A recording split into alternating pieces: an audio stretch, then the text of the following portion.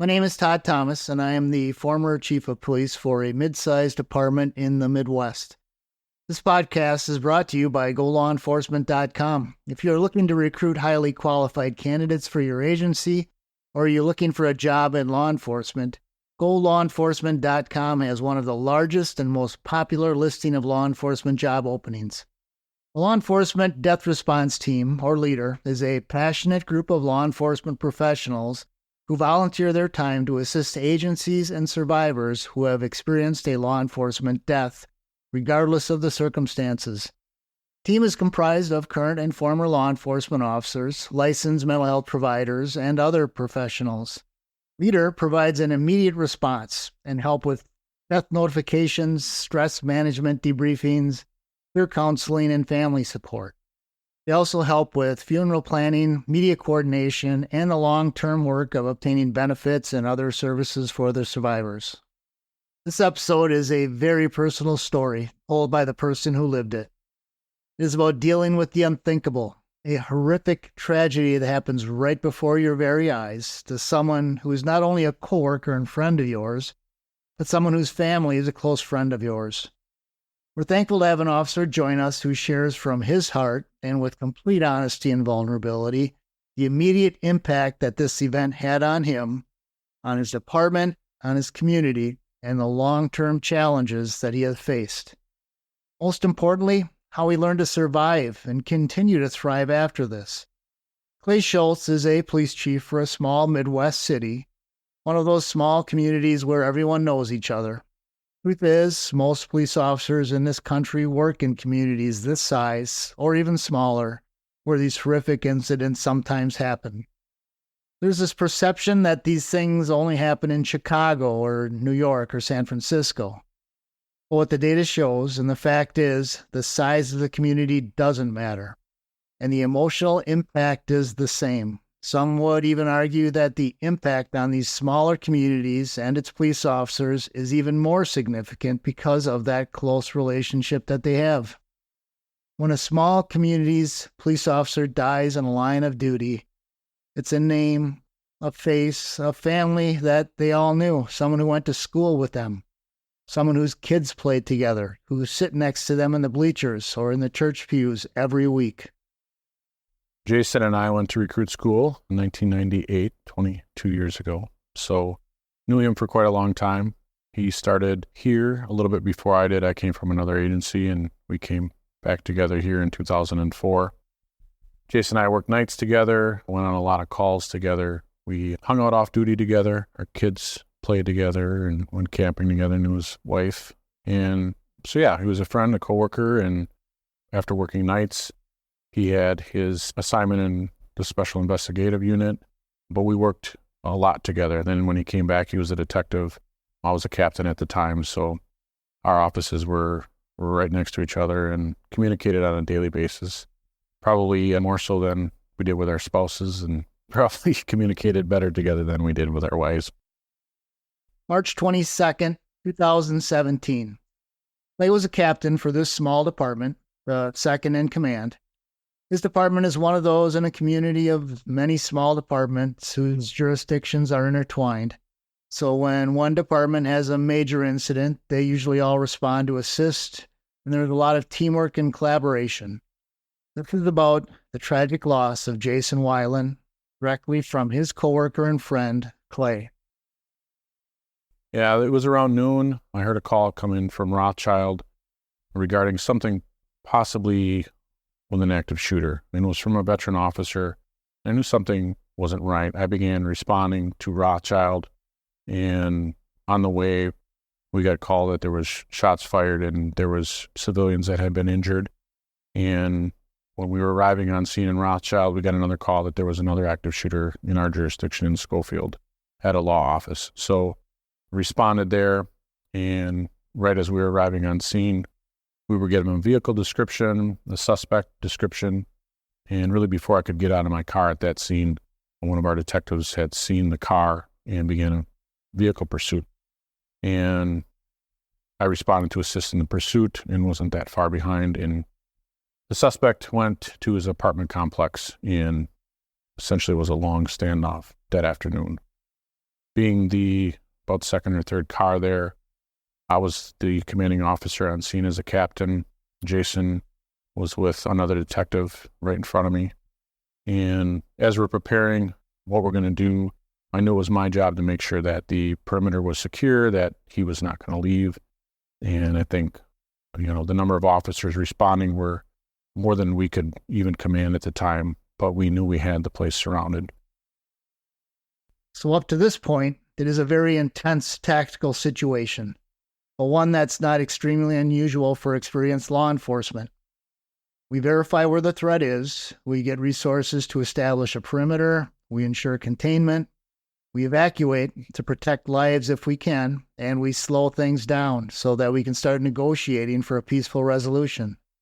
But we are not always in control, something that became horrifically apparent in a split second.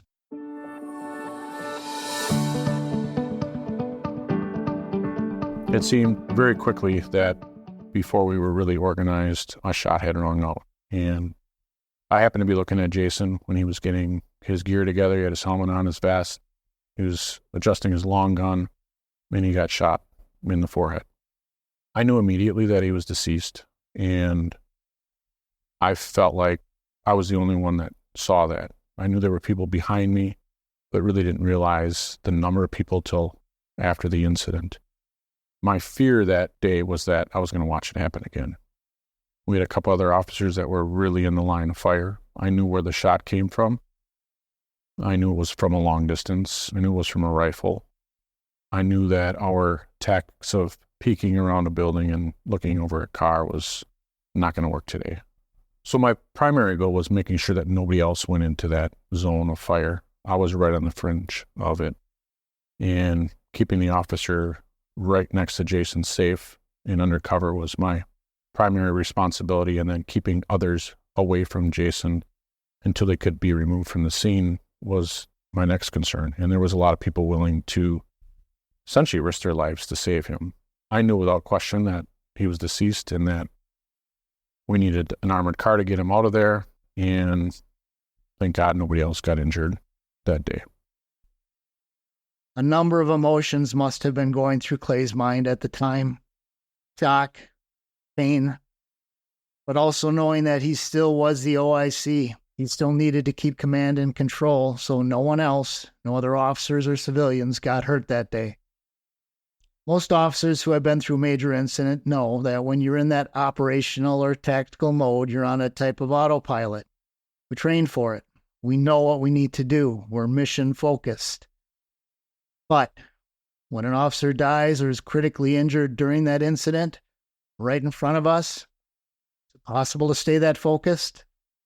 Will we be distracted by thoughts of the officer and their family, wondering what's going to happen next? Why did this happen? Will these thoughts seep into our heads and overwhelm us? And how do we deal with those while still doing what needs to be done? Once the scene was turned over, the realization that Jason was dead was going to have to be faced. I did call his wife from the scene and told her that Jason had been shot. And I know that the entire county, probably half of the northern part of the state, knew this incident was going on. And I think everybody's wondering who. And I thought it was really important to let his wife know as soon as possible. Afterwards, though, there's a process of grief. I've been through some tragic things in my life that help me understand different processes of grief, stressors resulting around death or how someone dies. And I knew from experience that carrying a burden of the what ifs, or if I would have only, second guessing or having survivor guilt, those things will really impede your process of grief. And I didn't have those. So for me, I went strictly to the grieving process. Other officers on the department, which it was clear they were having other probably what ifs and maybe some survivor guilt that, from my experience in watching them through the months afterward, I could tell that they had to get through those things first before they could deal with just the grief. And it took a long time. And I think knowing that other people were going through things, maybe not the same, but it was the same underlying incident that people were grieving over, there was some comfort in that. I think feeling as a group and not as a individual was important. Looking to his spouse and his kids was, just another level of tragedy. But watching how strong that family was able to get through the upcoming weeks and the funeral and the aftermath was really inspiring to see how resilient people can be, even in something that you can't even dream would happen. The community support that we received was really unparalleled. The funeral and the procession here in our community was so large. And as you know, in law enforcement, we don't always get the thanks probably that we deserve, and we don't expect them, but they came out in droves. We are still getting thank yous and gifts to the department to this day. And the support we received really affirmed for me why we're doing this job. And you're doing it for the right reasons, and the risks. You don't think they're going to happen. But I think if you don't have that support with your family, your friends, your coworkers, and in this case, the community, I think there would have been a lot of gut checks for some officers going, why am I doing this? This podcast series is for you, our frontline workers, who are faced with challenges that may be more unique and intense than prior generations have ever faced. We want to thank Clay for his strength and his willingness to share his journey with us. If you want to watch his full video interview, it is on the Wisconsin Leader website. Just click on the Resources tab at the top of the page and go to the video library. You'll also see a video of an emotional interview with Jason's wife, Kara. Full disclosure, you will need tissues because she and her daughter are incredibly strong and inspiring. There are many other videos to help you and your agency deal with critical incidents, the death or serious injury of a coworker, and other mental health and wellness resources. If you need any services or are feeling overwhelmed and need someone to talk to, please go to our website and contact us 24 hours a day. We are here to provide you with any service you may need and are connected to counselors and professionals who specialize in helping our first responders. We hope you join us as we use this podcast to bring to you and your colleagues what you need to have a safe, healthy, prosperous career of service that leads to a long and happy retirement.